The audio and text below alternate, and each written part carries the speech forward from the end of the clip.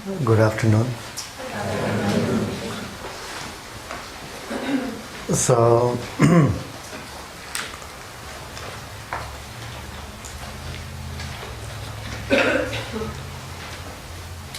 generally speaking, Mahamudra and the Dzogchen are essentially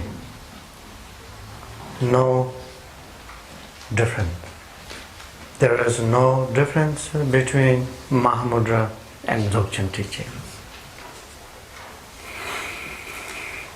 They both point out our nature of mind in a most direct way, and they both have methods to recognize that nature of mind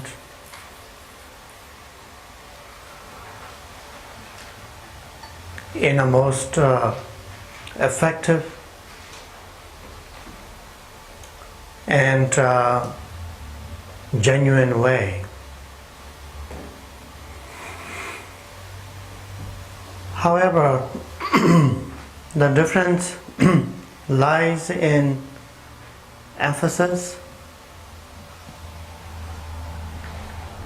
in terms of method of pointing out the nature, in terms of approaching such a reality with the different practices, in terms of using different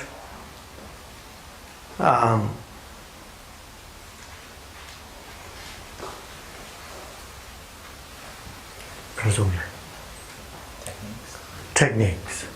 Yes. Then there are some differences there. Slight differences. And the terminologies used are also quite different. In Mahamudra, our nature of mind is called ordinary mind.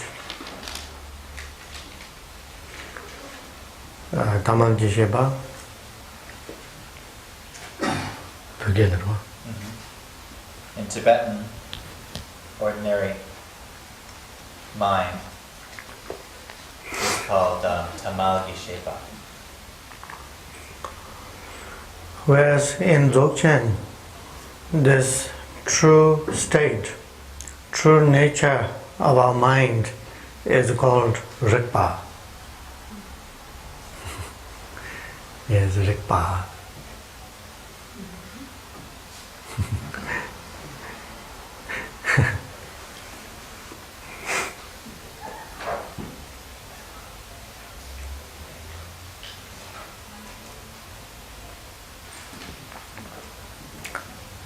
From Dzogchen point of view, what is most important at the beginning for us is to distinguish between Rikpa and mind. Simrik Shenje Bate Hajang Gachimo Swan Kunjin Longjin Badang Kene Dzogchen ke lobe tamji Gachimo Mixe ke lama melam Ketene Nyuksamze Son Nyuksamze Chambo Yari Deja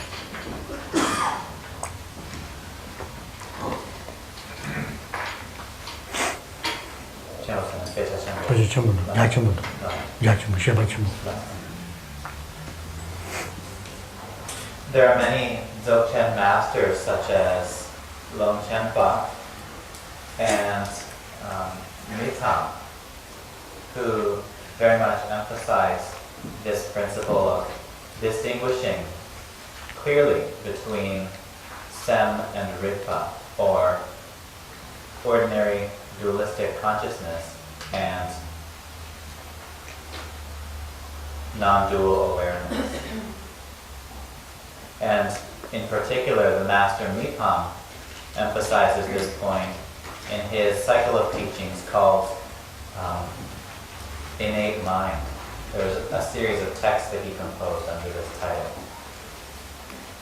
Nyukten in Tibetan. And so, from Dzogchen point of view, we must distinguish what is mind or ordinary consciousness, dualistic mind, from Rigpa, bare awareness, naked awareness, which is non-dual. And the nature, the true nature of mind is this Rigpa from Dzogchen point of view. And when Dzogchen points out the nature of mind, it is pointing out this Rigpa, not consciousness, not ordinary consciousness or dualistic mind. So you can already see the difference in approach from Mahamudra in terms of Dzogchen here. Whereas Mahamudra do not always distinguish between mind and its nature very much. We say, look at the present mind, penetrate the present thought, its essence, its nature, but do not distinguish between thought and ordinary mind so much. Of course, essence, ultimate essence comes down to same point, but in terms of each teaching's emphasis, each tradition's emphasis, there is a slight difference here. From Dzogchen point of view, if you keep meditating on mind, if you keep meditating on consciousness, ordinary consciousness, that will never lead you to liberation, freedom from samsara. Only thing that can lead you to enlightenment and freedom from samsara is when you are pointed out the Rigpa nature, and when you meditate on this Rigpa nature, then enlightenment is right there, not within ordinary consciousness. Then there's a nice example that we use in Dzogchen, that if you throw a stone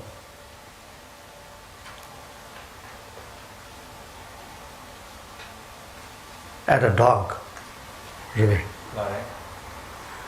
the dog will chase after the stone, right? Dog will go this way, that way, jump into water, even in a cold weather. Dog will chase after the stone or stick that you throw. But if you do the same thing to a lion, if you throw a stone at a lion or a stick, the lion will come after you. It will not chase after the stone or the stick. Likewise, lion will come after the the lion gets to the root of the matter.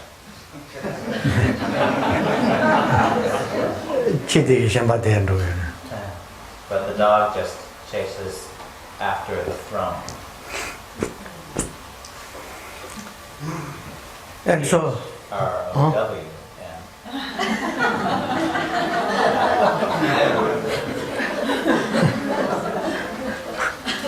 what?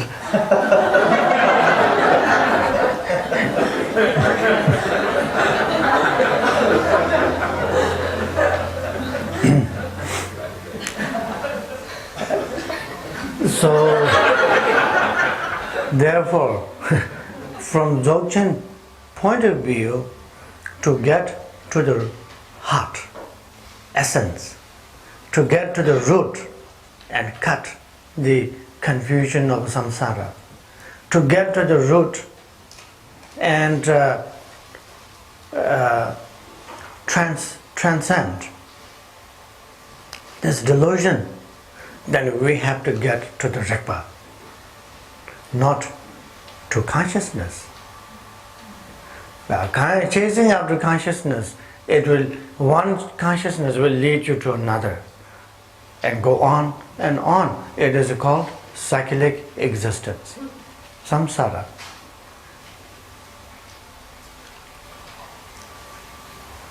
And so therefore, from Dzogchen point of view, chasing after thoughts, emotions, and any elements of dualistic mind or consciousness will not help us to recognize the true nature of mind, will not help us to cut the root of samsara. For that reason, they say, we must get to the point, heart essence, which is Rigpa.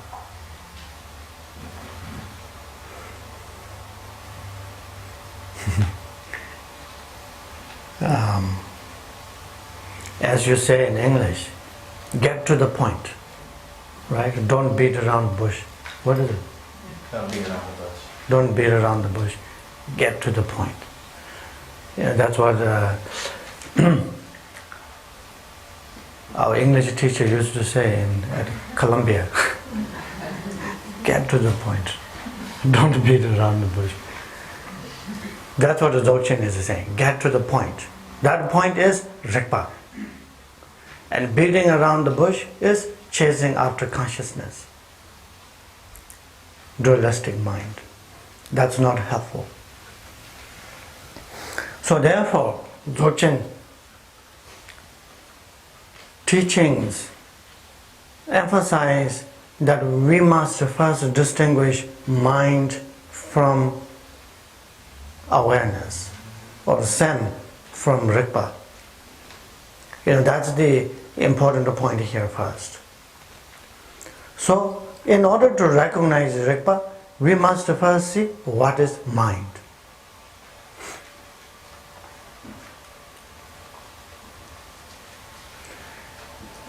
Sem sayade songjeng ge namdo, songjeng ge shepa, dedok nyongking.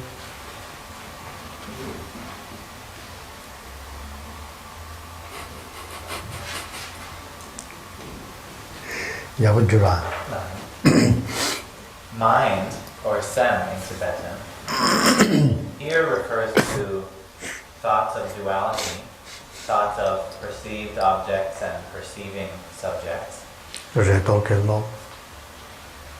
mind of hope and fear, and the mind that experiences happiness and suffering. This Sem, or mind, takes on an aspect of continually changing.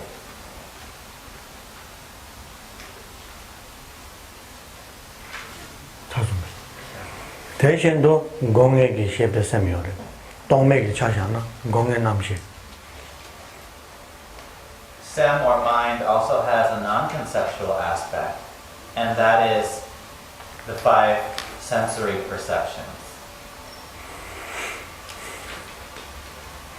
대탐제라 요당 요진쇼 첨부요래. 송정게 남바쇼 첨부요래. 되네 니예 송정이 이거는 점바. 용점백에 남바쇼 첨부요래. 별로 상상도. But in any context of Sem, or mind, there is duality. There is an assumption of objects existing on the outside and a perceiving subject existing on the inside. And once that duality has been set up, further forms of fixation can be created on top of that. Donas chidang ge sam la shedu dogje dan dongme ge sam ni sa. Dogje ge sam nam do yu ma sam. De do ge choran zhen de sam dao dogje ge sam dang. Tene dongme wang bu ge sam. So in brief, we have these two types of dualistic mind or sem. One is conceptual, which involves the experience of happiness and suffering and the movement of thoughts. And the other is non-conceptual, which is the sense perceptions. Deni de sajabanda da yabu song. Wang shi kupa mention das. Wang shi de karma mention ge. Kan de ge she ma shen ge kupa. Make shambo da da. Kupa de make shere da zama thong ge na la tu. Tok ba long wang man ken das. Tok ba de nam do de make long wang. Ge she kya man da. De she pe ya re na kan thong ge ma ko. Sakya Pandita taught about the nature of these two types of dualistic mind very clearly. He said, sem, or dualistic mind, with respect to non-conceptual and conceptual types of dualistic mind. He said that the sense perceptions are like mutes with clear vision. Mutes with clear vision. Sense perceptions are like mutes with clear vision. And conceptual mind is like an eloquent blind person.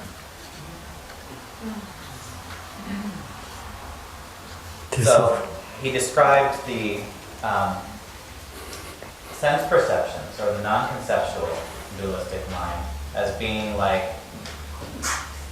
a mute with clear vision. So our sense perceptions can see the raw data of the senses very clearly, but they don't have any capacity for labeling that data, whether it's good, whether it be a label of good or bad, and so forth. They can't label the sense perceptions at all, they can only perceive them. And so, therefore, these five sense consciousnesses have a very strong clarity aspect. But the conceptual aspect of dualistic mind is like an eloquent blind person, because it can't see any of the raw sense data. Nevertheless, it comes up with all kinds of labels for what is perceived by the senses.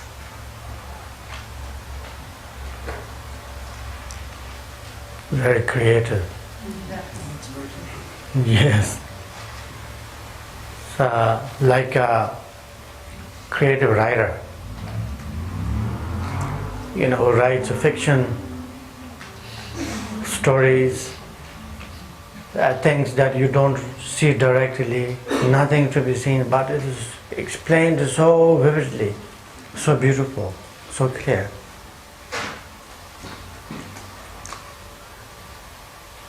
So in our ordinary life, we are always caught with these two experiences. But at the same time, we can't really distinguish between conceptual and non-conceptual dualistic minds. We don't distinguish between perception from thought. When we see, we think we saw the label, but you don't see the label. If you can see the label, then you should know all the languages in the world. Don't need a translator. Don't get there like job to say it. Then Mingdi, Muslim Toyana, then Mingdi Kari Mingdre, Inji Mingdre, Dam Jagegi Mingdre, Purgegi Mingdre. So, for example, if we took an object that we would call in English a table, and we were to think that you could see the label in the object itself, would that mean you'd see the English label? Would you see the English word table when you looked at this object? Or would you see a Chinese word that meant table? Or would you see a Tibetan word that meant table? So what is it called in Chinese?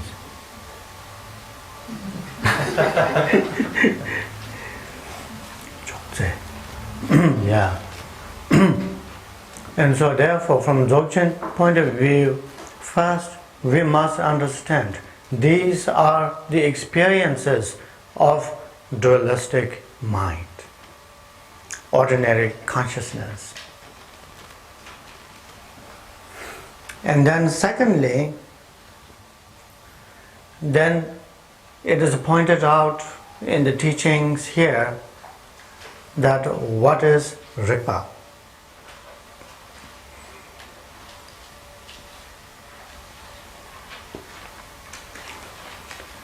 Rigpa Samjineluk te Shicha Sumtras.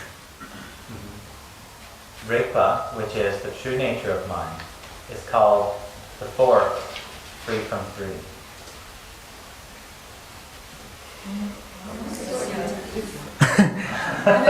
No, that's very clear.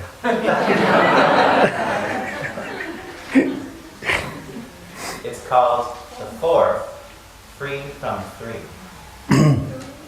Free from three. Yeah.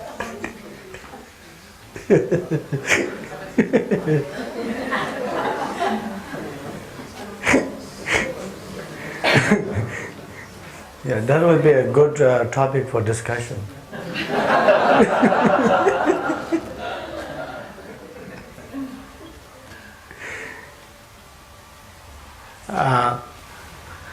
Samjineluk Rigpa Lagno Sumto Tavi Kapso, Shisha Sumta Jirigpa Tala Takwar.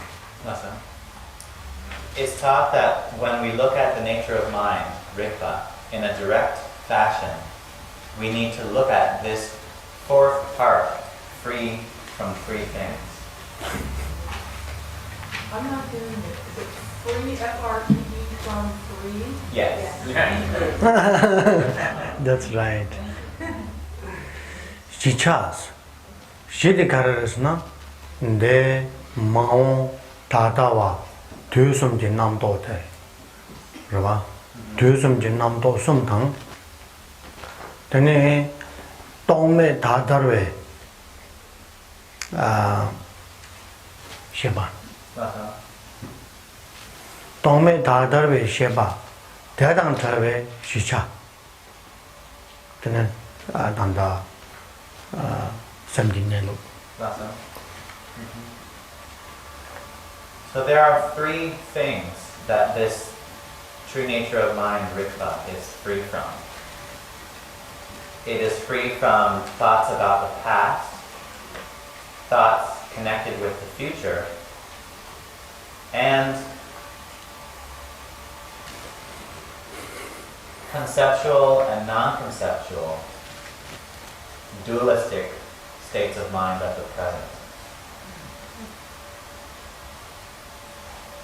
So therefore, the true nature of mind is the fourth. It's that part which is free from these first three. And that's what we need to look at. Yes.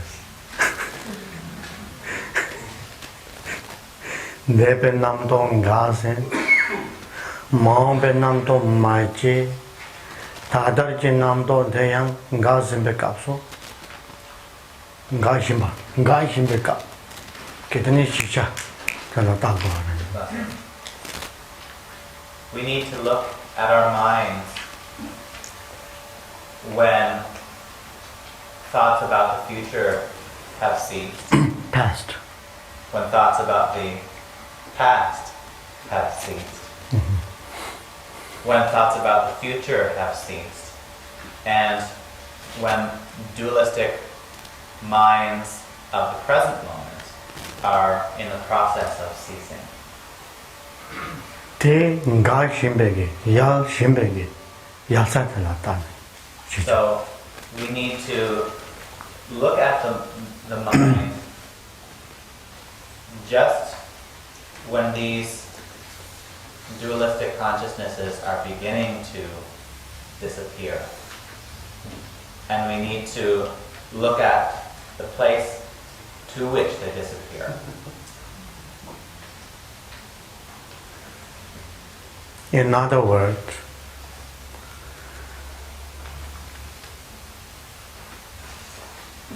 thoughts about the past have ceased. Thoughts about the future have not arisen. So it's not there, have not arisen. And the thoughts about the present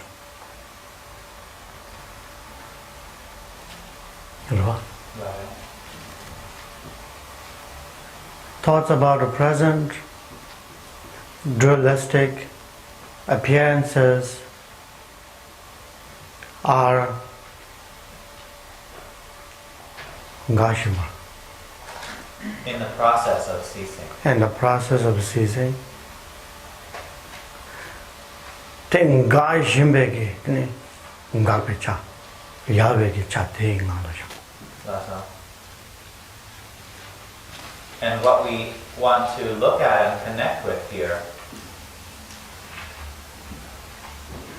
is that aspect of mind. The Yasa. That is the gap into which all of these other dualistic states disappear. So we need to look at that. This is called Rikpa.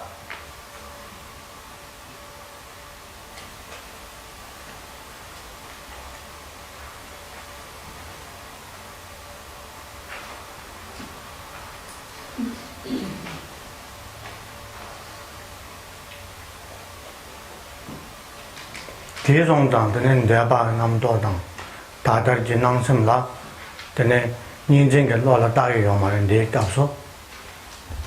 Take Garpegicha Yavi Yasata.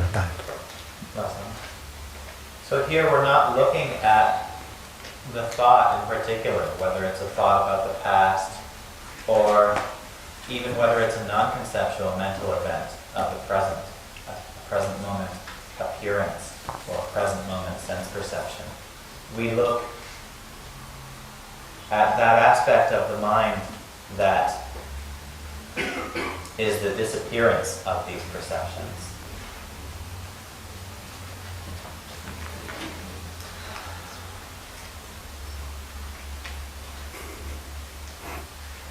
Depan Gasen, Nomaden Gatar, Mahomba Maji, Chimate Maji, Tatar Gashimba, Gashimbegi Yasatrato. So we look at the mind in which the past thought has ceased and the next thought has yet to arise. And there's a gap in between them. There's a place into which the last thought vanished. And that is the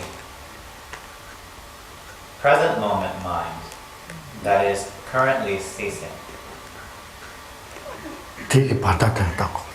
So we need to look at that gap, that intermediate state.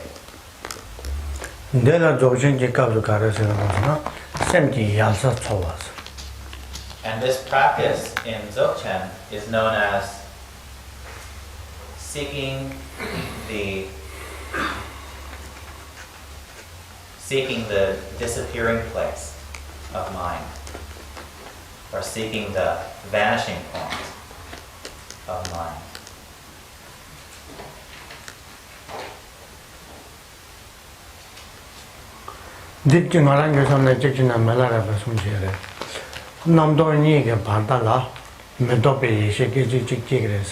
대단 나와야 돼 성. 땡가랑 게 삼주의. 배전한 통마. And Rinpoche says that he thinks this is very similar to what Milarepa is talking about when he sings in his songs. In the space between two thoughts, there is a moment of non-conceptual wisdom. So Rinpoche says he never saw anything in any text that linked these two instructions with each other. But that's what he thinks, that they're talking about basically the same point. 뒤에 손자 드네 조진지 값소양 똑방하신 얘기 받아들라 바르게 드네 달라다고 할. So 달라르바용 그래서 리바샤르 그래.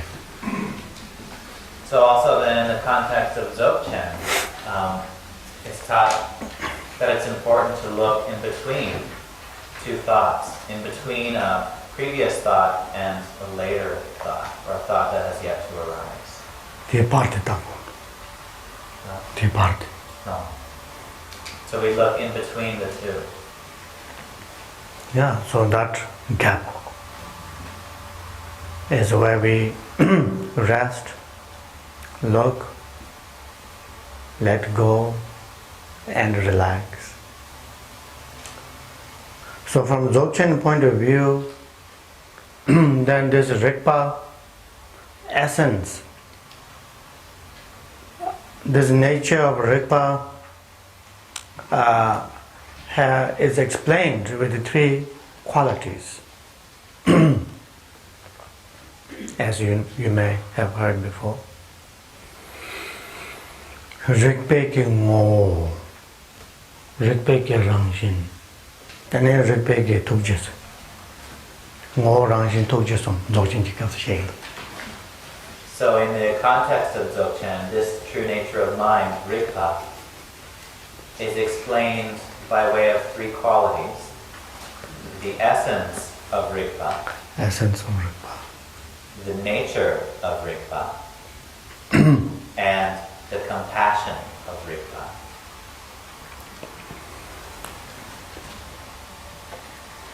Rigpe ki ngo de tongpa, ngo tongpe yeshe sendo tala.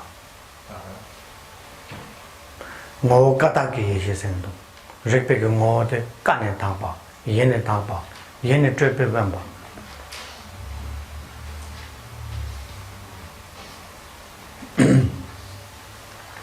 So the essence is the wisdom of emptiness. In Dzogchen, this is also referred to as alpha purity or kadak.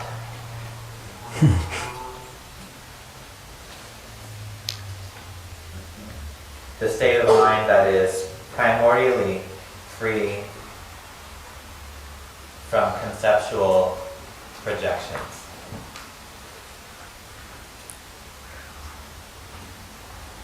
So essence of this gap,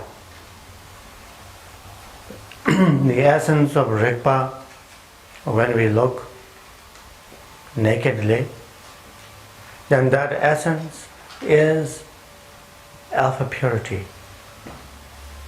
That essence in the wisdom of alpha purity, genuinely free from all contrivance, right from the beginning. There's nothing to undo. There's nothing to transform. It is already in that state of a complete purity. So this is the original nature of Rigpa. In the original state of Rigpa, that is alpha purity, primordially pure. This is also known as Ngo Kata Ki Yeshe. The essence, which is the wisdom of alpha purity. Yes. Rigpa. De Ngo Kata Ki Yeshe de rangi nelula tani gagdu kaya meba. Gagdu le meba. in the true nature of this Rigpa, which is the wisdom of alpha purity, there is no sense of anything to adopt or anything to reject. There is no existence of anything to adopt or anything to reject. So this reality is also called Dharmakaya. Dharmakaya Buddha.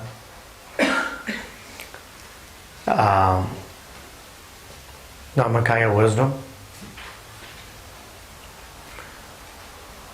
And the second, the nature, the nature of Rigpa, Rangshin Sawa. Is Rangshin Sawa Shubha. luminosity or clarity. Secondly, nature of Rigpa rests as clarity, luminosity.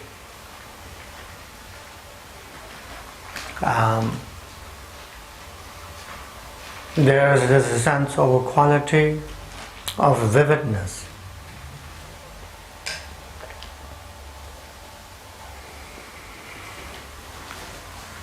Taking all la mongba yene meba. Ripe rangshin la mongba yene meba. Yene tamche sawa. And in this nature, there has never been any existence of delusion or ignorance. It has always been completely illuminating. There has never been any quality of unawareness.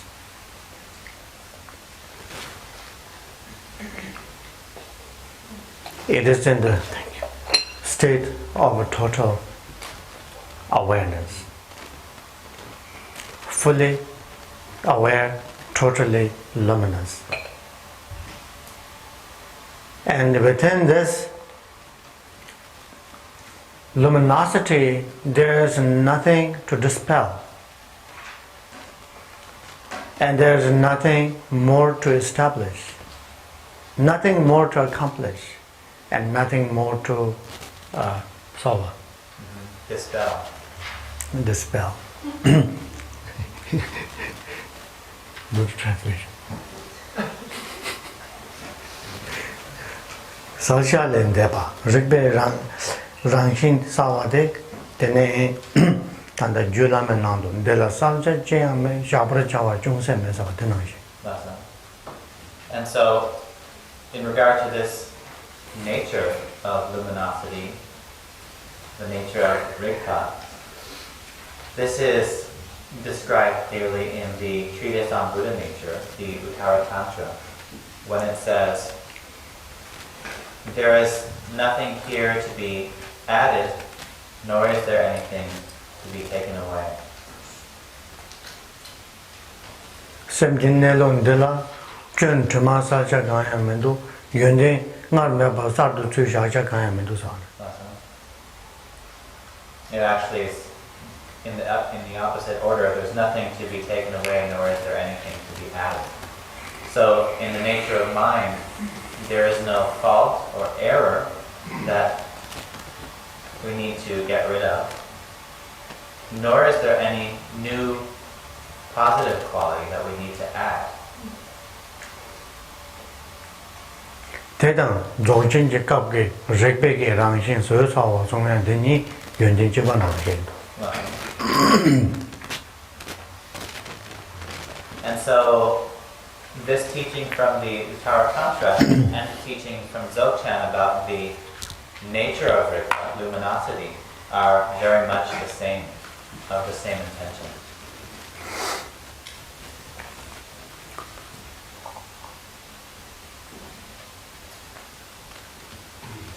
De Wesal de Nimegi Jin Nangshin Jiras, Peshandu. Rinpoche Rangshin Sawa de Nimegi Jin Rabo.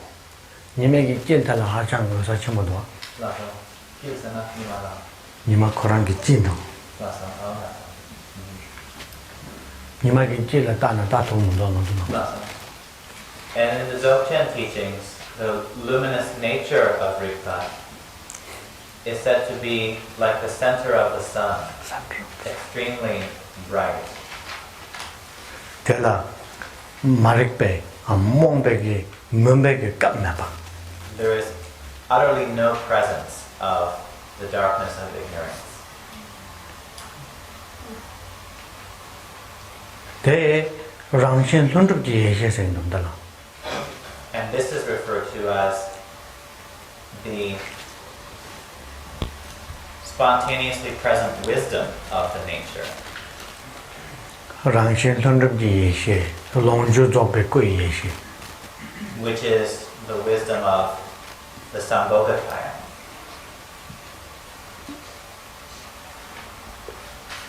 테네 dzogchen 릭백이 연된 손바시에 값소 테네 tukje 군잡지 예시스. tukje 군잡도 주고.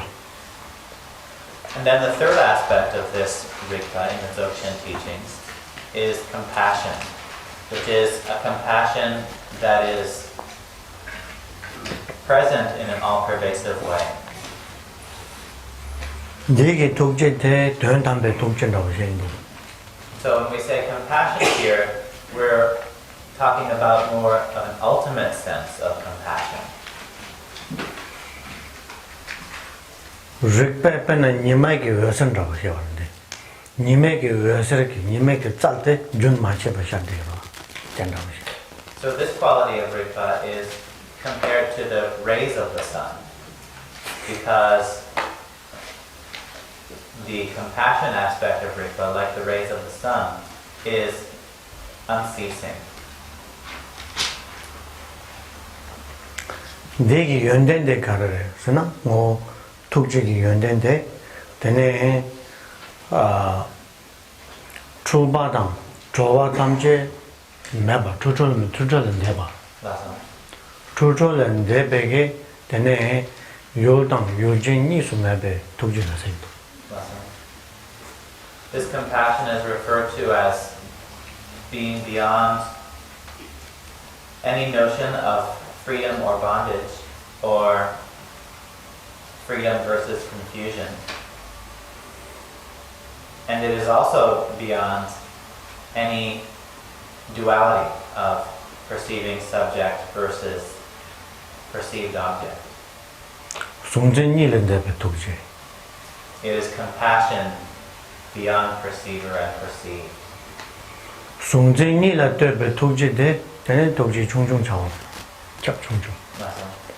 Compassion that happens in a context of the duality of perceiver and perceived is a narrow compassion, a weaker form of compassion.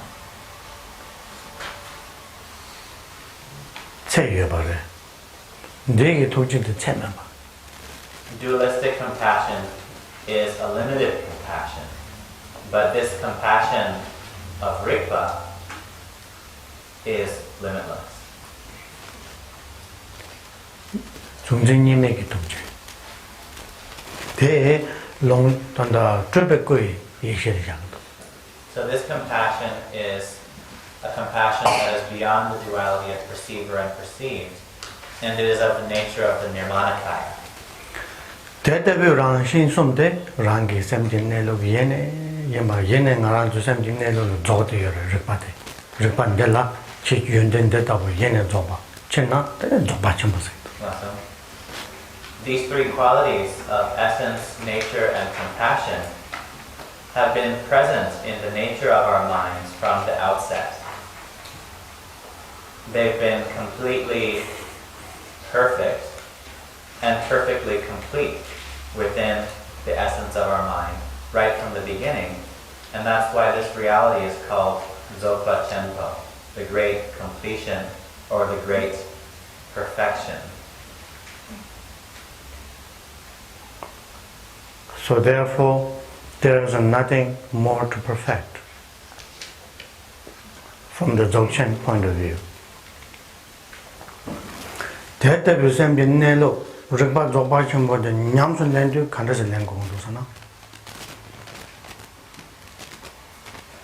So what if we were to ask, how do we practice in order to relate to this state of Dzogchen, the great perfection? 안들라 전에 조진 원에 셰베 가서 아디 요가 셰베 가서 전에 샘데 롱데 맹나게 대숨지 건 셰게리 데 자침무려.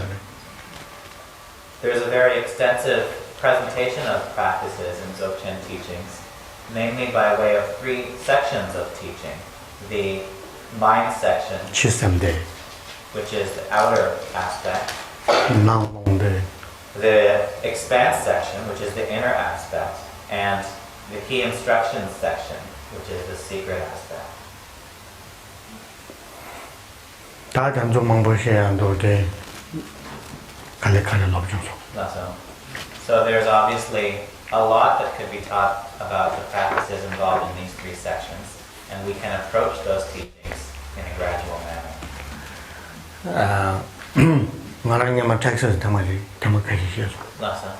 Rinpoche has taught on these 3 sections on a few occasions in Texas during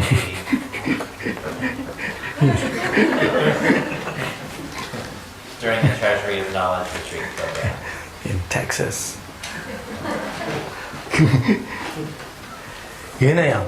전에 저번에 냠네 dordiba semna pemba yaboji jabgarge songoriore telogi. However, we do have a very concise and clear presentation of the essence of Dzogchen by the yogi named Shabkar Tsokto Rangel, and so Rinpoche will read that to us this afternoon. And so we have this in a handout. It's called Heart Counsels of a Fool. Semgo jongso lumbingam namunguru chojangage wangboyi shavla kupe soande kanden chongchi shiju la yishin bawar chenjilo. Heart Counsels of a Fool, a way of sustaining the essence of mind. Namo Guru. Namo Guru. Lama la chansalo. Namo Guru means I pay homage to the Guru. Dharma King Ngati Lampo, Dharma King, I supplicate respectfully at your feet. Please grant your blessing that wisdom will blaze in the mind streams of my companions. Chetro즈는 Lama Narando Tamawa Swami.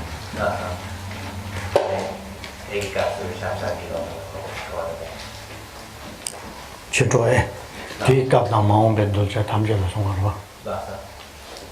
Chanju Sembeke Malam Nawar. So we can understand ourselves to be included in this word companions here. Because when Shabkar was making this aspiration, he was making it as a bodhisattva.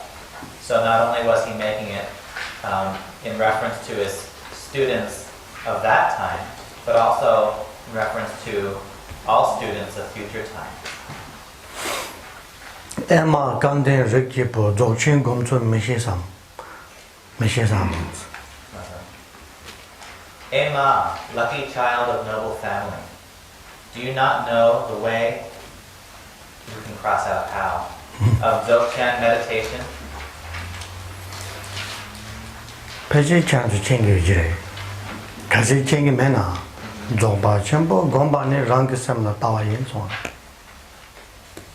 You probably know already the way of Dzogchen meditation, but just in case you don't know, the meditation of Dzogchen Ponlop is to look at your mind.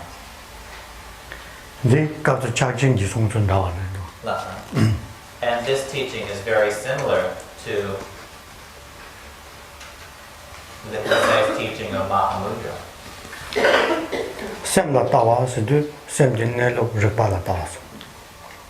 So looking at mind here means looking at the true nature of mind, Rikpa. So Dzogchen meditation in brief is just this.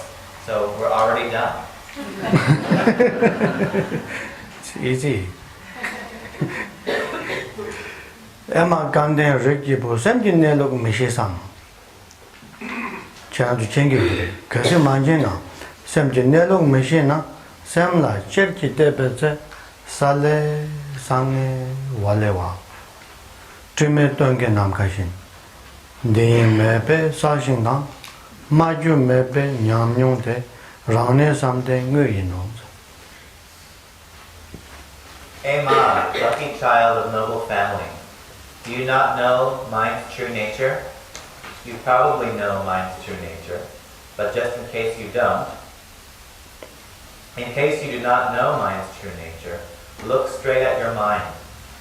It is vivid, lucid, and radiant, like the autumn sky free of clouds. Luminous and clear, you can't say, this is it. This ineffable experience is the real, naturally abiding meditation. Melarebe, Cherjitebe, Ngotong, Church Namka, Double Tons, and Didn't Jabarino. Lassa, Cherji Double Sondo. lassa. Sam La Cherjitebe, Church and Jacob.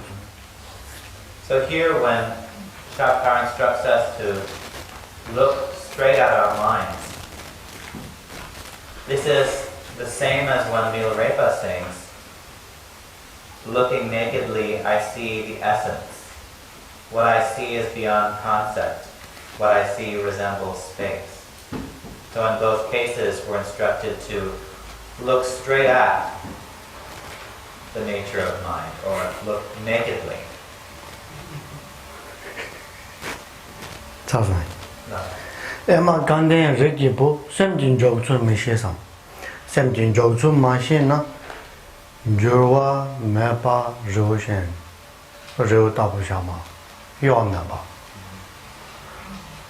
Yangdo Trawa Namkashin, Goyang Payang Sushaba Namkata, Mio Tangba Jamsushin, Yomaba, Jamsutabo, Chabdal Santa Nangni to Sale, Shikin Jopain. Emma, lucky child of noble family, Emma, do you not know how to rest your mind? In case you do not know how to rest your mind, like an unchanging mountain, like space beyond vast or narrow, like a clear, unmoving ocean, in all-pervading transparency, vivid and crisp, this is resting. So the unchanging mountain example is illustrating the unmoving quality of the resting. Space beyond vast or narrow illustrates the open and spacious, carefree quality. And again, we have the clear, unmoving ocean. In all-pervading transparency, vivid and crisp, this is resting. Emma Gandhi Rigibo, Namdo Lamjir Mishisam. Chengu Jando, Namdo Lamjir Mashina, Namdo Semji Chontree. Semla Namdo Sharvete, Gagdo Langdor Mechepa, Semni ranking on to show, Ransando, that's home. Emma, lucky child of noble family, do you not know how to bring thoughts to the path? You all probably do know how to bring thoughts to the path. But in case you do not know how to bring thoughts to the path, thoughts are the magical display of mind. When thoughts appear in mind, not blocking or justifying, adopting or rejecting, rest right within native mind itself. Without a doubt, they will settle in their own place. Take Kazan Shivanaji, Namdo Namdo Church, Kazan, charging Kazu Kashishu. Lesson. And we have already discussed this point a few times in our discussion of Mahamudra, how to bring thoughts to the path, or how to take thoughts as the path. Then Dila, Melarebe, Patran Bono Song and Davando. Lesson. And Namdo Semji Chontree. lesson. Milarepa instructed his female student Palderbum in a very similar way when he sang to her, "If the mind's as easy as you say, thoughts are just the mind's play."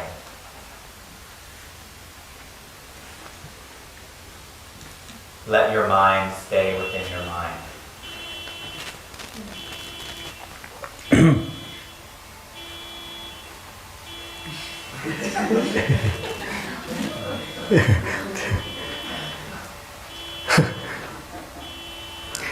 Semji salcha nyam chunni jing ding me bai longma tan don jam chunna mungkang marme tak ba shi tadang rikpe ngar chi te sangi yere goma yin.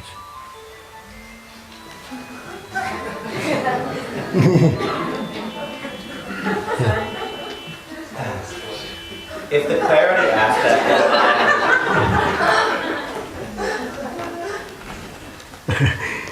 if the clarity aspect of mind is fading, and neutral experiences that cannot be identified proliferate, like lighting a candle in a dark room, strengthen your gaze and awareness. Meditate lucidly and sharply. Of course, mediate doesn't show up in spell check because it's a word too.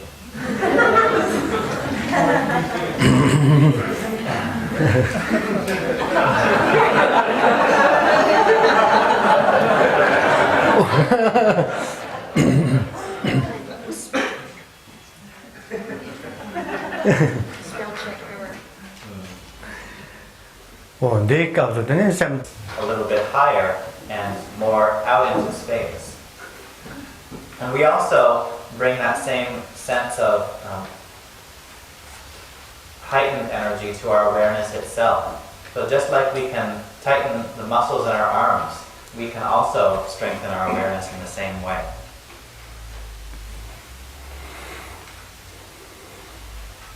Tenen guru mchenge lamram yeshin yengpa nando tenen rikpa tepsuna ya langna chungkor sogol sogol lujong dham sogol zaya sogol. In a text called the essence of the wisdom, the essence of the gradual path of wisdom, or Lamrim Yeshe Nyingpo, Padmasambhava teaches that we can also use yogic exercises when we are experiencing this lack of clarity in our mind.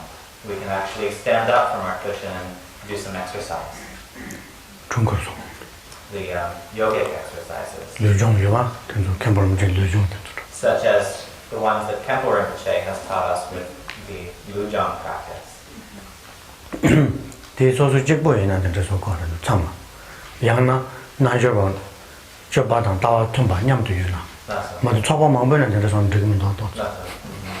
So we can do this type of technique when we're by ourselves. We can stand up and do exercises in that way if we're by ourselves, or if we're in a gathering of like-minded yogis and yoginis. But it's not good to do this type of thing in large assemblies.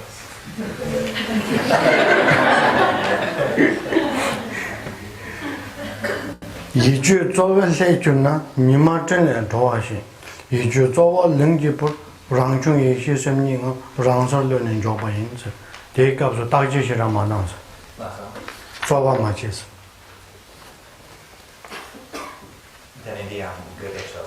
Rinpo. When adulterated by the effort of discursive analysis, be like the sun set free from clouds, completely cast off the effort of discursiveness.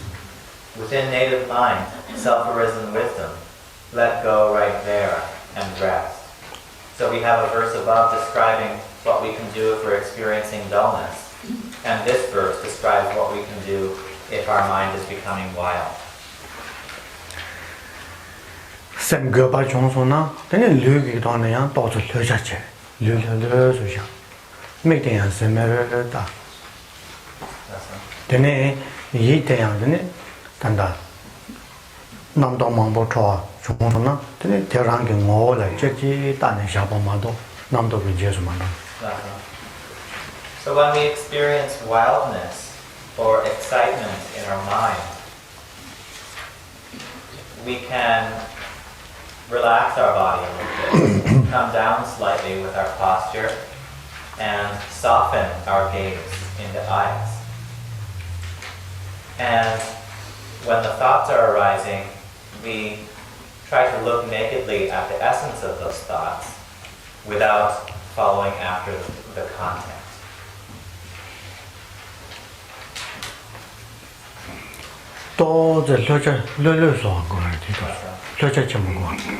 So what we need here mainly is relaxation. Relaxing in our natural state. Relaxing in the natural state of our mind.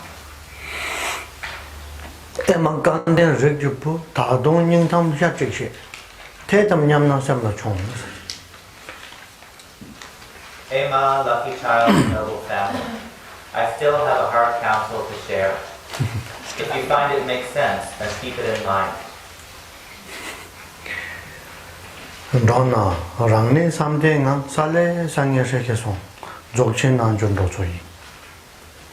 When going, remain within naturally abiding meditation. Go vividly, lucidly, and crisply. This is the way of going of a Dzogchen yogi. And here a yogi is used in the sense that it refers to both yogis and yoginis.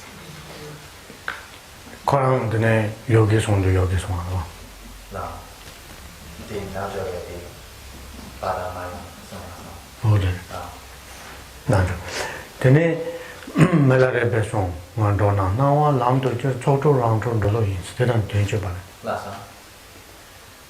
And so about the yogi and yogini part, in the Tibetan, it's written in a way where it can be applied to either gender. There's no male suffix or female suffix. And Milarepa sings a song about going places. And we can write Milarepa's words down. He sings, when I'm going, I take appearances to the path. When I'm going, I take appearances to the path. Going with 6 consciousnesses, free all by themselves. Going with 6 consciousnesses, free all by themselves. Dona machu rekpengan kille wale boler de Dzogchen nanjun do choyins. Sale sangye shege sons tangbo. Te karasna choto ge namshe de sa sang sang. Yorwa teleso. Do ka do choto ge namshe la mo so. So here in the Shapkar song, when it says go vividly, lucidly, and crisply, this is referring to the appearances of the 6 consciousnesses that appear to us when we're going places. So we can let them appear to us vividly and crisply without blocking.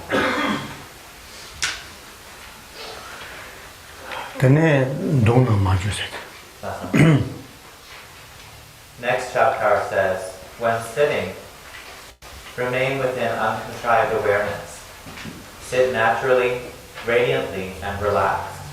This is the way of sitting of a Dzogchen yogi.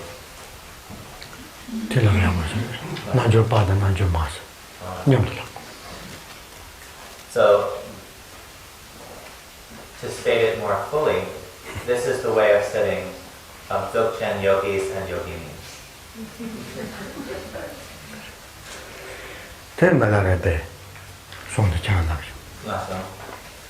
And similarly, Milarepa says, when I'm resting, I rest in uncontrived naturalness.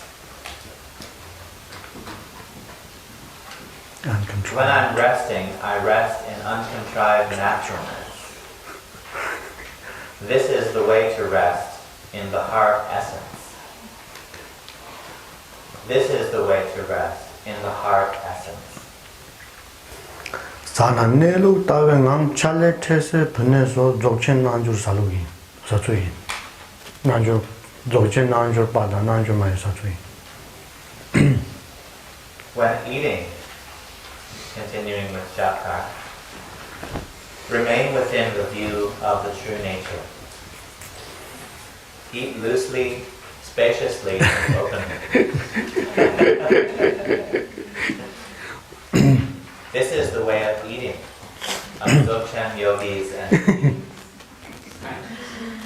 Loosely. Dzogchen nanjur pomo lausai. Niga lausai. Niga. Ten melare besong de lamna sabu chando. Tin jabanda chando. And this is also echoed by Milarepa when he sings, when I'm eating, I eat within emptiness. This is the way to eat without perceiver or perceive.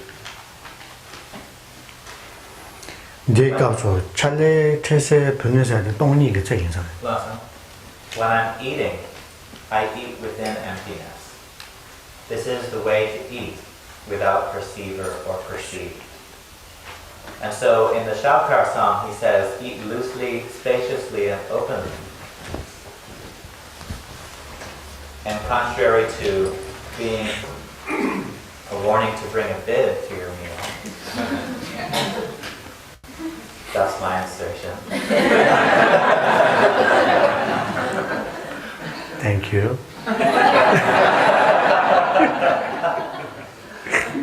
Shaukar is using these words to refer to emptiness, loosely, spaciously, and openly. Nyamni sangtang jene lake shikse nyo Dzogchen nanjur satsui. Di pada le melare pe tongya jere. Nga tongna jenshe ji chujun tongse. Deji lako.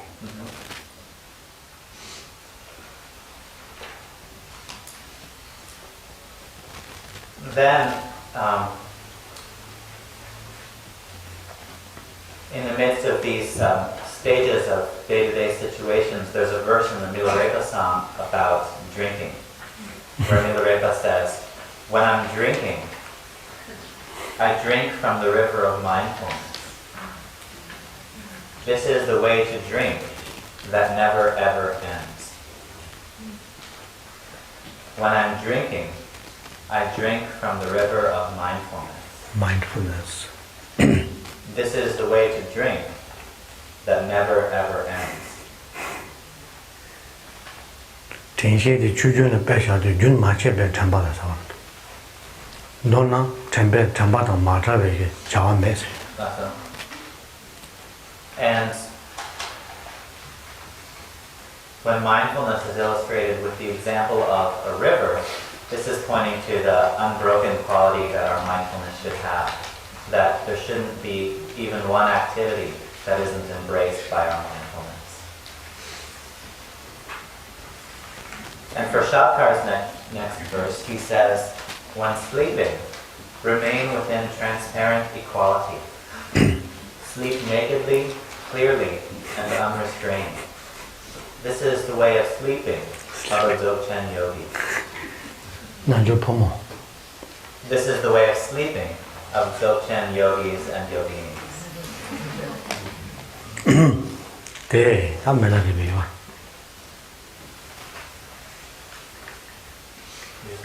Nya mende. Dobo mo le mende. Ro cha nyam do. Shenji tsegla sembe tse tongni gang do jinne yin Dzogchen nanjur pomo nyen zu yin. Shapkar continues, when listening to the words of others, listen nakedly within emptiness. This is the way of listening of Dzogchen yogis and yoginis. Rangi tam nam shebe tse tawe nane lake shu Dzogchen nanjur pomo she zu yin. When listening to the words of others, I didn't read that yet, right? I did read it.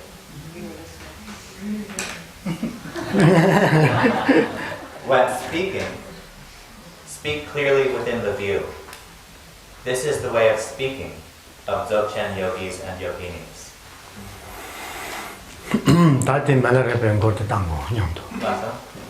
So now we will sing this song of Milarepas together that we just wrote down.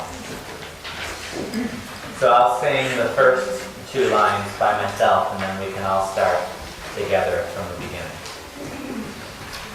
When I'm going, I take appearances to the path, going with 6 consciousnesses, free all by themselves. When I'm going, I take appearances to the path, going with 6 consciousnesses, free all by themselves. When I'm resting, I rest in uncontrived naturalness. This is the way to rest in the heart essence. When I'm eating, I eat within emptiness. This is the way to eat without perceiver or perceive. When I'm drinking, I drink from the river of mindfulness. This is the way to drink that never ever ends.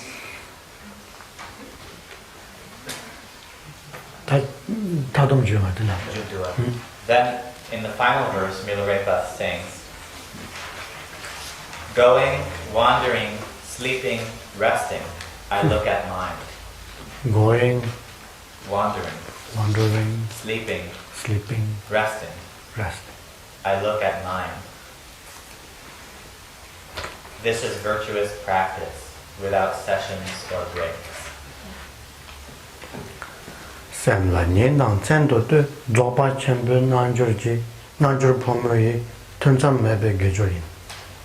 Shankar says, look at your mind through day and night.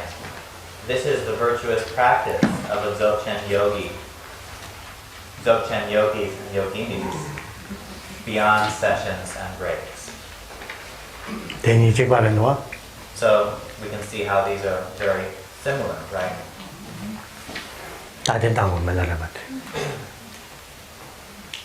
Going, wandering, sleeping, resting, I look at mind. This is virtuous practice without sessions or breaks. Again. Open. Last verse.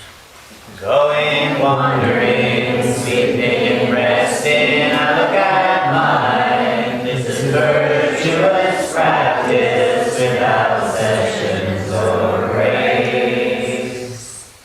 Okay. Going, wandering, sleeping, resting, I look at mind. This is virtuous practice without sessions or breaks. 대당 양멜라베베 샘라 대베 통화메 정주와. No. Also, Milarepa has a verse that says, throughout the day and night, look at your mind. When you look at your mind, you don't see anything.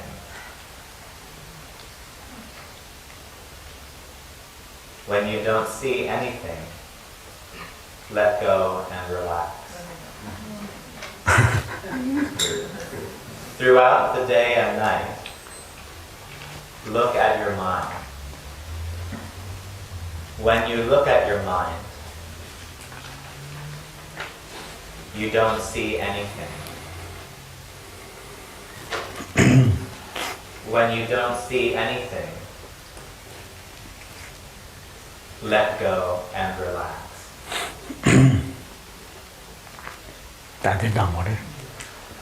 Throughout the day and night, look at your mind.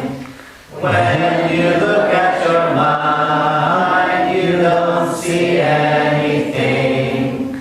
When you don't see anything, let go and relax.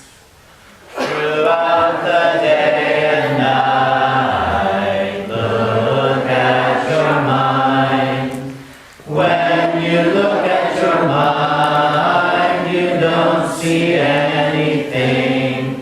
When you don't see anything, let go and relax. Throughout the day and night, look at your mind. When you look at your mind, you don't see anything. When you don't see anything, let go and relax. So if you have some questions, we have time for a few.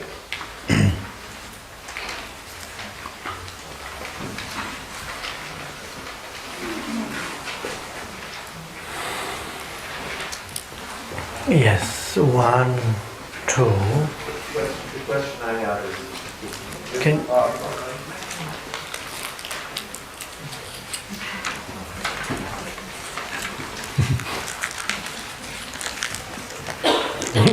so the question I have is difference or distinction between, we talked about 3 steps, one was resting, 2 was resting, and 3 was relaxing.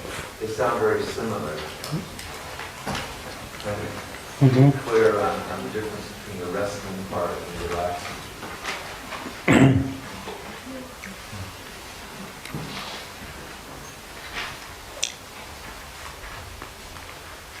저기 샤바데 저기 때 benelo terang는 거죠.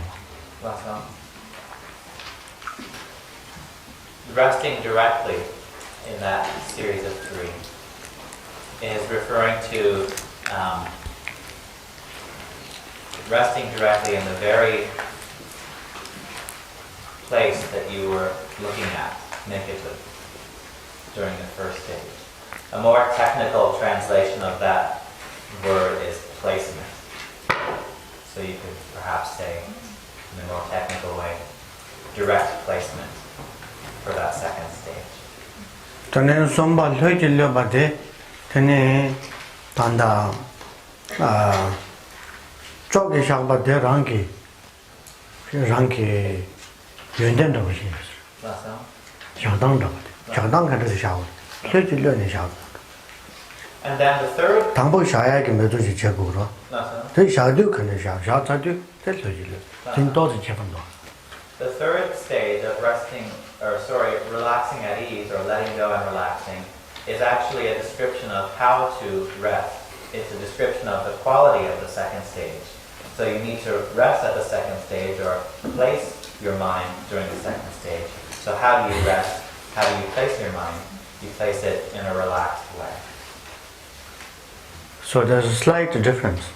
That second is to rest or place your mind resting, and the third is that resting should be relaxed at ease.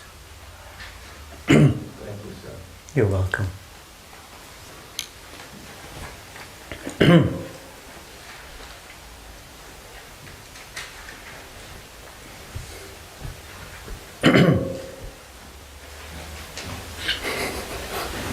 Rinpoche, I wanted to ask you about Sem and Rigpa in relation to my experience. Sem and Rigpa? Sem and Rigpa in relation to my experience with illness progressing for 2 years. So, Lyme disease, the physical symptoms are painful, make life difficult. But the mind, they call it the cognitive impairment of Lyme disease. And they say Cognitive it's the impairment. white matter of the brain, not the gray matter, so don't worry. But last year when I had a seizure, for a while, I lost language. I couldn't think words or understand words. But still my mind was very present. I understood the drift of what people were saying to me. I knew they were expressing, affection and concern. But, you know, when I thought I should go to the hospital, I just saw a picture in my mind of going to the hospital, but nobody could read my mind. Oh. Yeah. So I had this experience for 3 days. I was just home alone, sleeping a lot, and sort of coming true, having a few thoughts, and going out again. And I'd heard people have these seizures and they go to the hospital anyway. They never find anything when they... Anyway. So that was the big seizure, but I have these moments still where suddenly the language leaves me. And in a way, I think it's kind of wonderful because I think, oh, this is a little like being enlightened, but maybe a little like being an idiot. But I like not being discursive, and I notice I have no fear.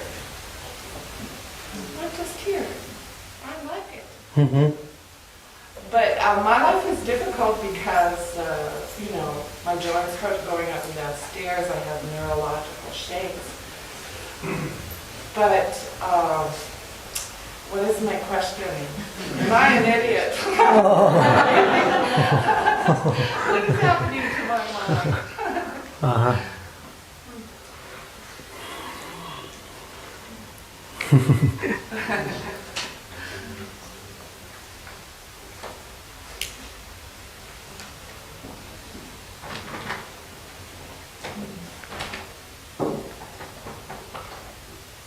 真正냠 인세로 맞아.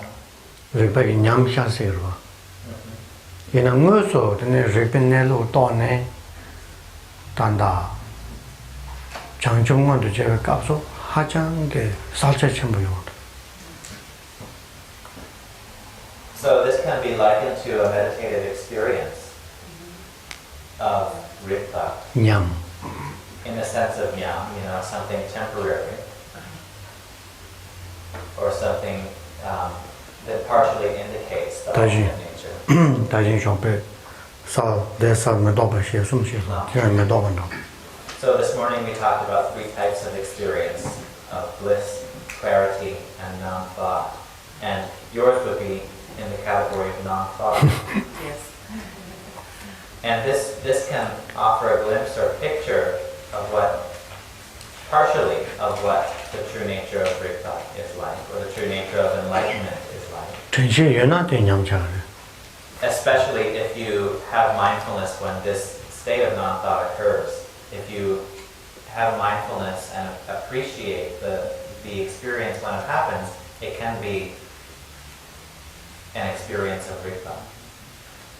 But when we experience enlightenment directly, like ultimate like enlightenment in a full sense, or in other words, when realization happens, then there is an extremely vivid clarity aspect that goes along with that non-thought. And there's also a tremendous sense of power.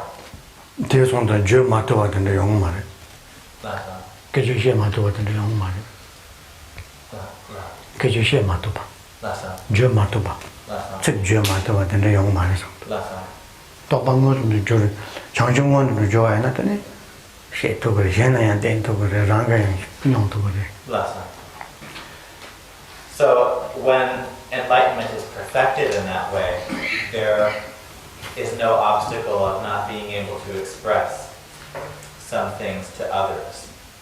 You have the experience fully for yourself, and you're also able to teach others about it, or teach others in a way that can bring them to that experience as well.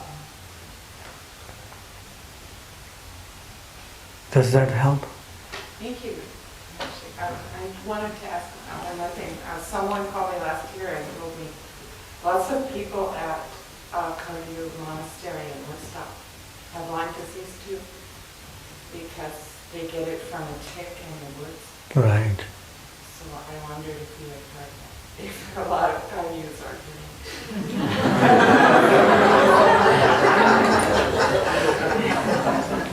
No, not really.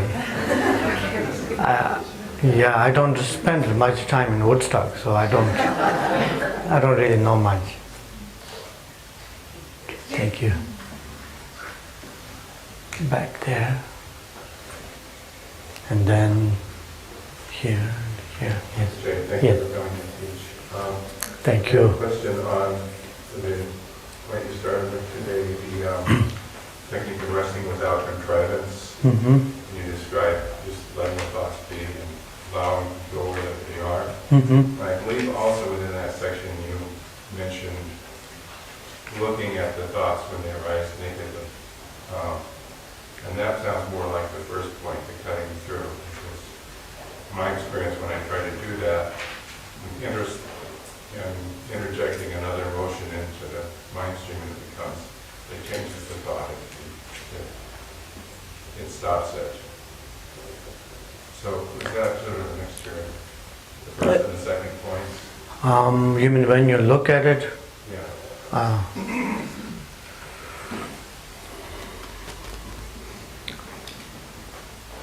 No, I don't think it's the first method, because the first method is abruptly cutting.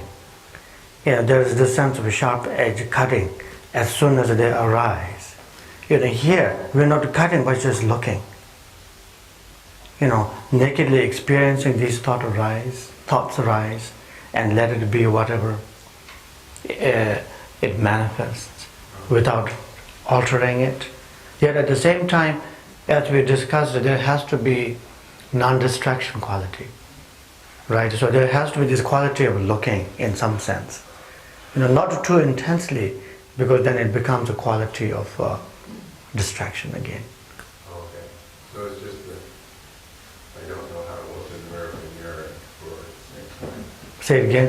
It's basically, you have to be able to do them both. You have to be able to look at it and still let it Go. arise and still let it go. It's a touch and go. Yeah. Yeah. Just feel it. Experience it and then let go. When you let go, then it's not frozen, and you're not trying to capture it, fix it. It has the full openness, space to manifest. Does that clarify? I think so. Thank you. Good, thank you. So we'll go here first and then there. It's easier. When you meditate, there's a part that observe and see the thoughts. Mm-hmm. That part belongs to Rigpa mind, or what is what? See the thoughts. You mean see the thoughts arising, or? The thought arising and let it go. It's like part of us. Oh, you mean the observer? Is the observer Rigpa? Yes. No. It's still Sam. It's still Sam. But when you experience Rigpa, there is no duality. Right? There is a duality here. When we have observer and observed, there's still duality. But we are getting more subtle and subtle as you look more, as you penetrate further. Right? It's getting more subtle and subtle in terms of thought pattern, and the pattern of duality gets less and less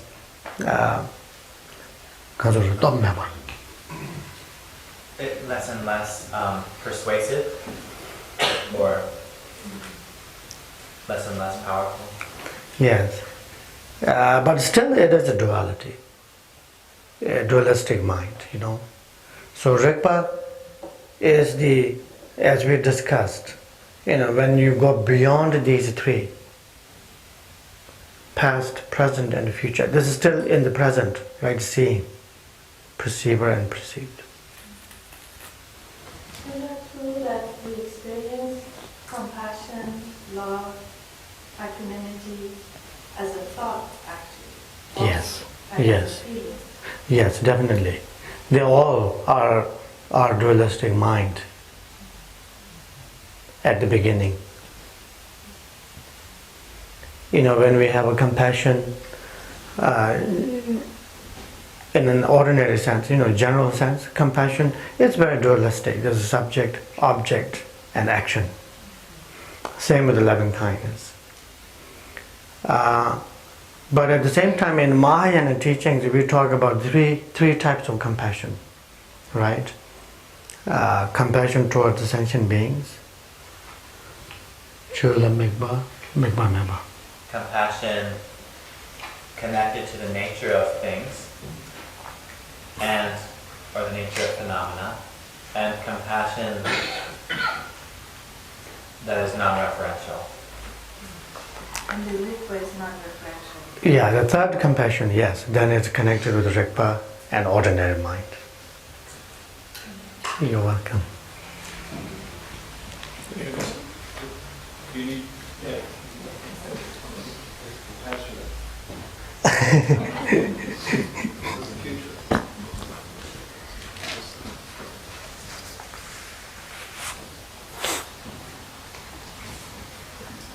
Yes. I want to ask you about the pointing out instructions.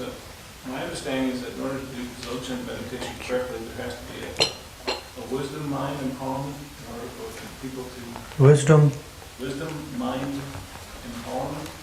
empowerment, yes, yes. Effectively practice Dzogchen meditation, is that the case?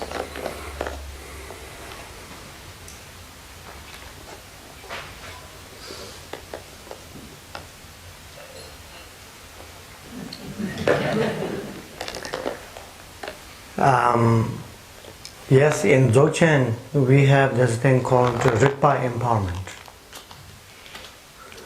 And when you go through stage by stage practice of 9-yana journey of Dzogchen, yes, we have to go through these steps and then do the full practice. So in order to do a full Dzogchen practice of cutting through, texture, and the Tögal, direct leap, we must have the necessary empowerments and practices. But in order to just look at nature of mind, then once you have received instruction, that's okay. You can continue to look at the nature of mind. There's no restriction for that. But to do detailed practices, there are many detailed practices of Dzogchen, then it's good to go through stage by stage practice. What's the difference between emptiness and Rigpa? Say it again. What's the difference between emptiness and Rigpa? Emptiness and Rigpa. Experience of Rigpa. As you can see from the three qualities of Rigpa we discussed, emptiness is the first quality of Rigpa, which is the essence of Rigpa, is emptiness. The alpha pure nature, that's the emptiness quality of Rigpa.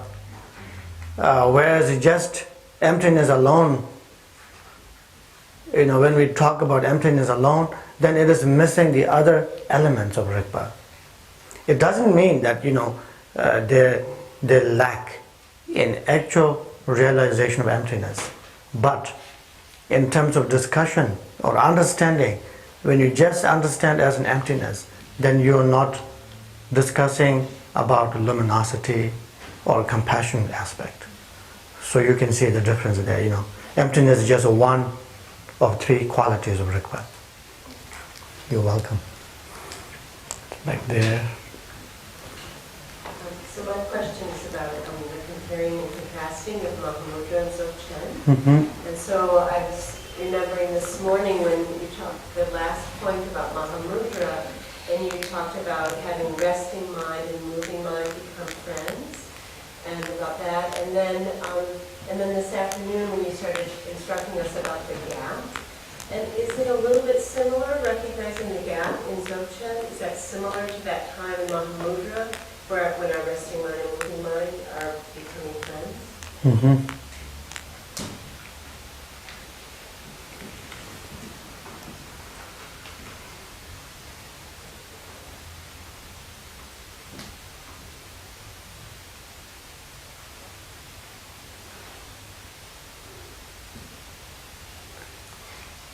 Yes, I think so. I think you can compare that, yes.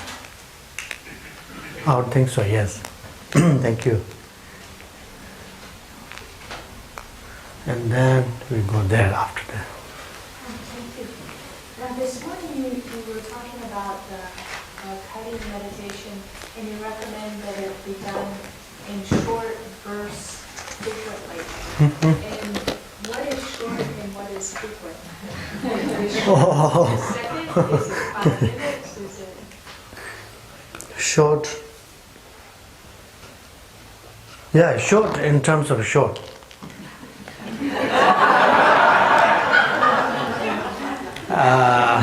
No, just kidding. Short, short in the sense of like, in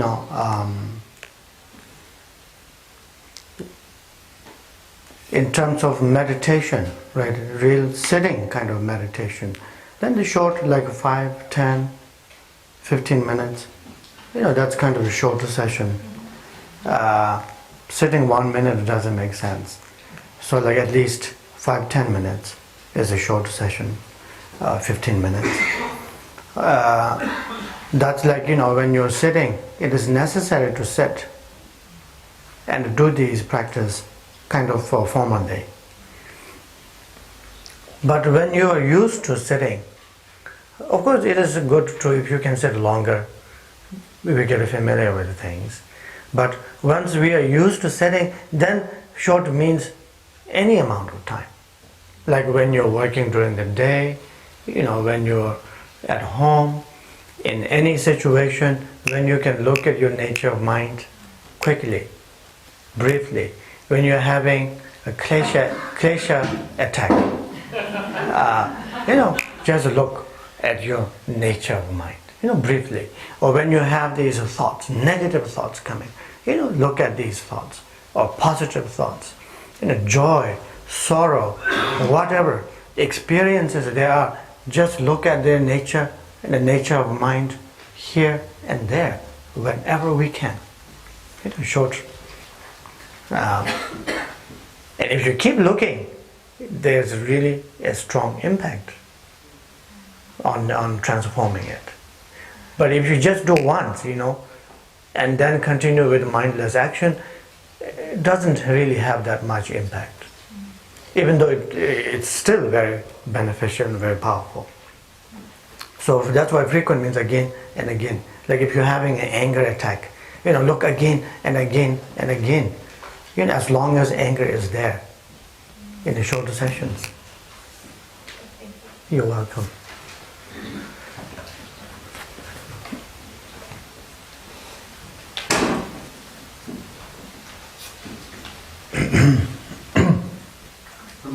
It's been a wonderful weekend, and I guess my general question is about practicing Mahamudra kind of commuter style, as we do here with teachers such as yourself coming through, giving some instruction, and we might not see you again for another year.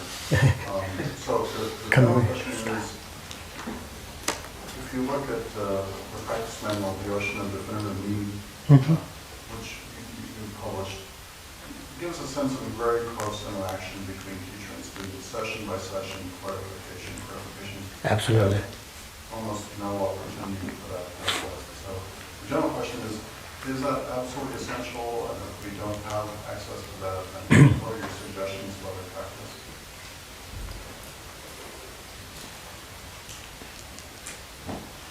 I think, of course, there's, we can have many different views on this. But my view is a little bit conservative. That, I think it is really necessary to have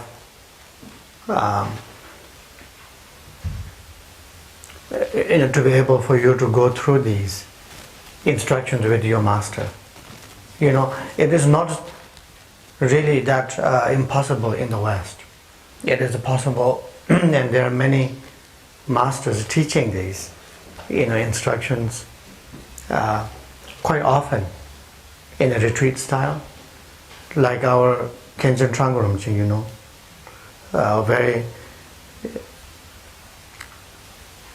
important, the most qualified, master of the lineage. He's teaching this every year almost in the West. He's been teaching retreats. He's been leading retreats like for 10 days, here and there. And also, we also do a retreat on this. And so there's a lot of retreats going on. And my teacher, Khenpo Rinpoche, who's been here last 2 weeks or a couple of weeks ago, for me, true enlightened master. So Rinpoche, Khenpo Rinpoche teaches Ngedun Gyamtso also here. So I think, in my view, it is important for a student to go through the instructions like Khenpo Rinpoche's or Trungpa Rinpoche's retreats. It will be very valuable, very important. And of course, we can go through the same detail as the text suggests, like each question and answer and so on. Sometimes that doesn't happen in 1 year. But if you continue with these retreats for a few years, with these masters, then you cover most of these areas, here and there. Does that make sense? Well, I had the opportunity, the wonderful opportunity to take teaching in the ocean from Rinpoche, as you say, in a week retreat. Yeah, that's wonderful. The particular question I was asking is, the practice sessions are very sensitive. Ideally, after each practice session, we meet with the master and have some clarification. And in those retreats, there are maybe 140 people. And when we have one group interview with about 20 people. So, that's the situation. So, I wonder... That's true, yes. On the one hand, I feel very fortunate for that opportunity. On the other hand, if I look at the practice manual, at each point there will be some clarification. So the particular question is, how important is it, do you think, to get that clarification at each step, and how do you teach?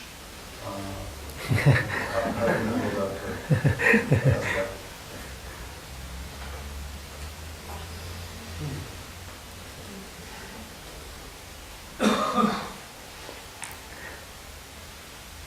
지단 가르쳐버려서 오늘. 얘네한테는 고갑대 된대 요 말이네. 참참 위아보라 그래. 참참 람상라 말에. 얘는 소소가 매주 전에 고갑라 그래서. 맞아. 마빠게 가야 잡는데 자갈 강바 좀 패지 고갑 야보라서. 맞아. 먼저 또 가야 되는 라 그래. 맞아. 내가 라보ችን 라이지 좀 공부해줘.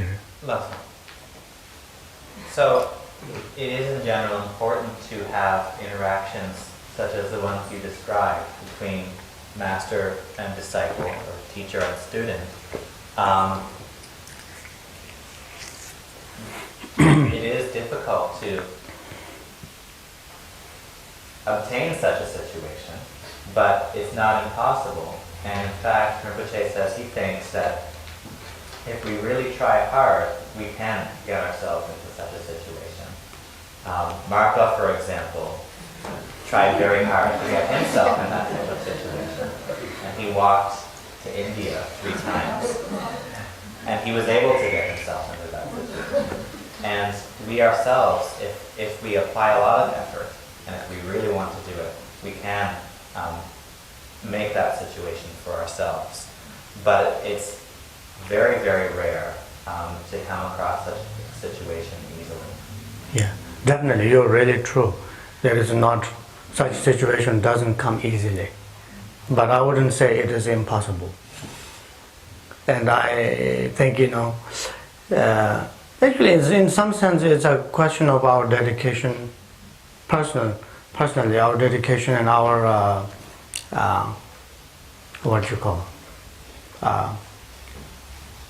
prioritizing, what we prioritize in our life and where we want to dedicate more, that's really where it comes down to sometimes. Many of these opportunities we talk about. That's one thing. And the second thing for me, retreat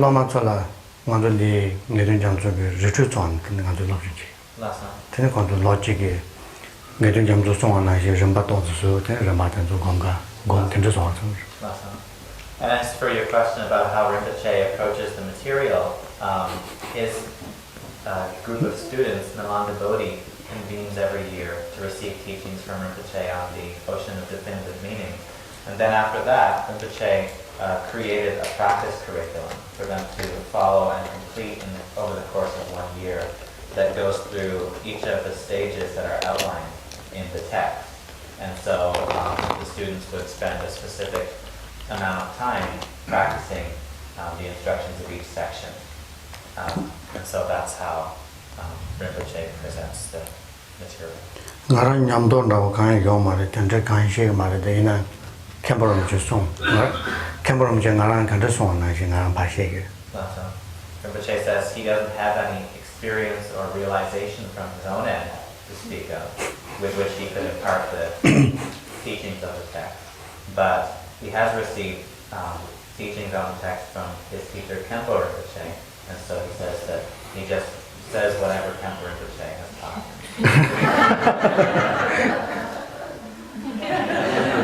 You're welcome. Thank you.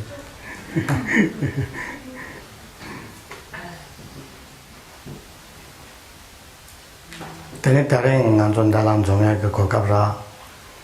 Tene sangam mambu nyam tun zomya ke kokabra ngaran shira gabu chongsong. Rinpoche is very happy that we had this opportunity to come together and discuss the Dharma in this way.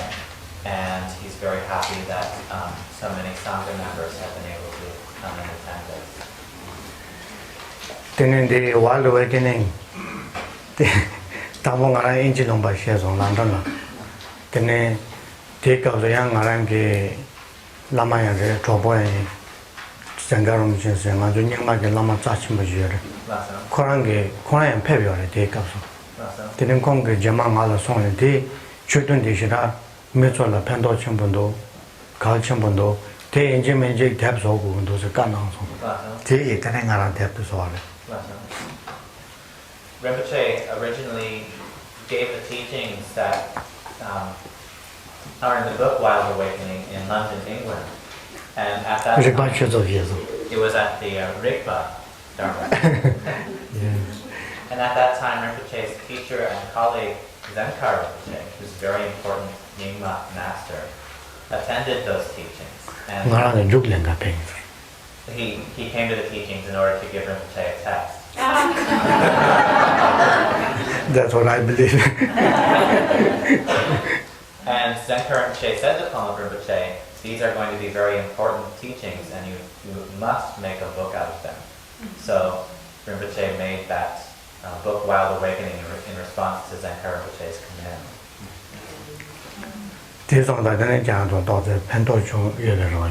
And so therefore he hopes that it will be of some slight benefit to you.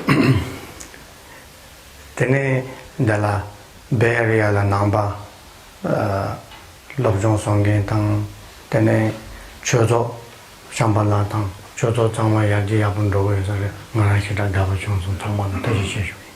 And also the activities of all of the sanghas in the Bay Area, the Shambhala Sangha and other sanghas, seem to be flourishing and going well. And I'm very happy about that and thank you for all that activity. Chirandu leche to kale chambu jap laga lene chozo zone chozo degi semje mambo la pendo chambu yongu yore. Te chirandu yang sonam chambu. Te ngana toji gawe jesu yiranshu. The hard work that you're putting in to make this Dharma Center and your individual sanghas run is bringing great benefit to sentient beings. And in that way it's generating also a lot of merit. And so Rinpoche rejoices in that and thanks you for it. So thank you very much for giving me this opportunity to reflect on these teachings again and discuss with all of you. And also thank you for giving me the opportunity to accumulate some merit, not only mileage,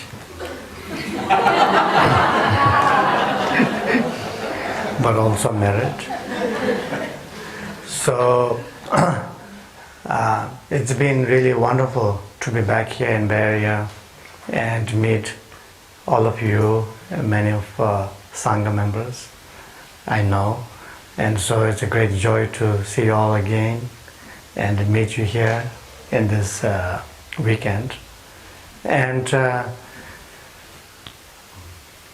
I hope that you will continue to practice whatever individual practice you may have from your teacher.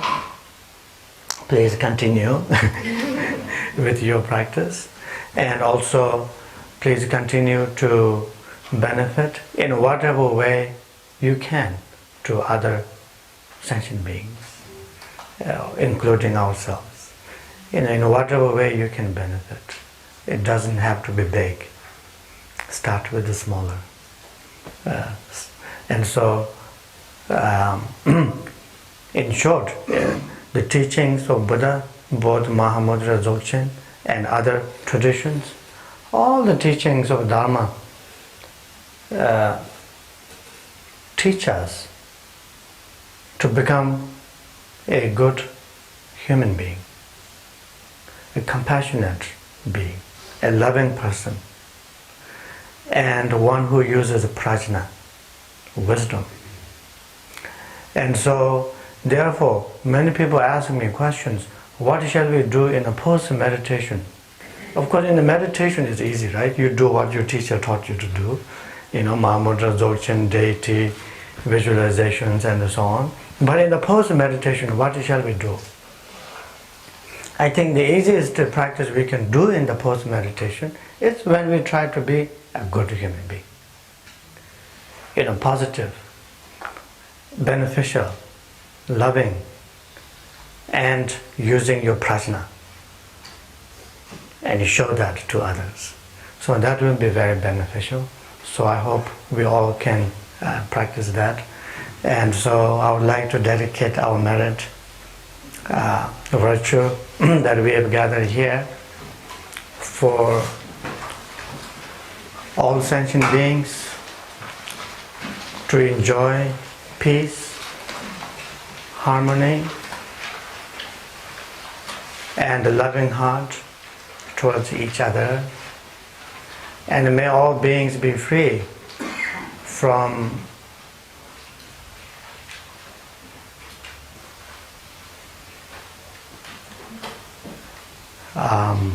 negative thought of wanting to harm other sentient beings. So I would like to dedicate our merit for that.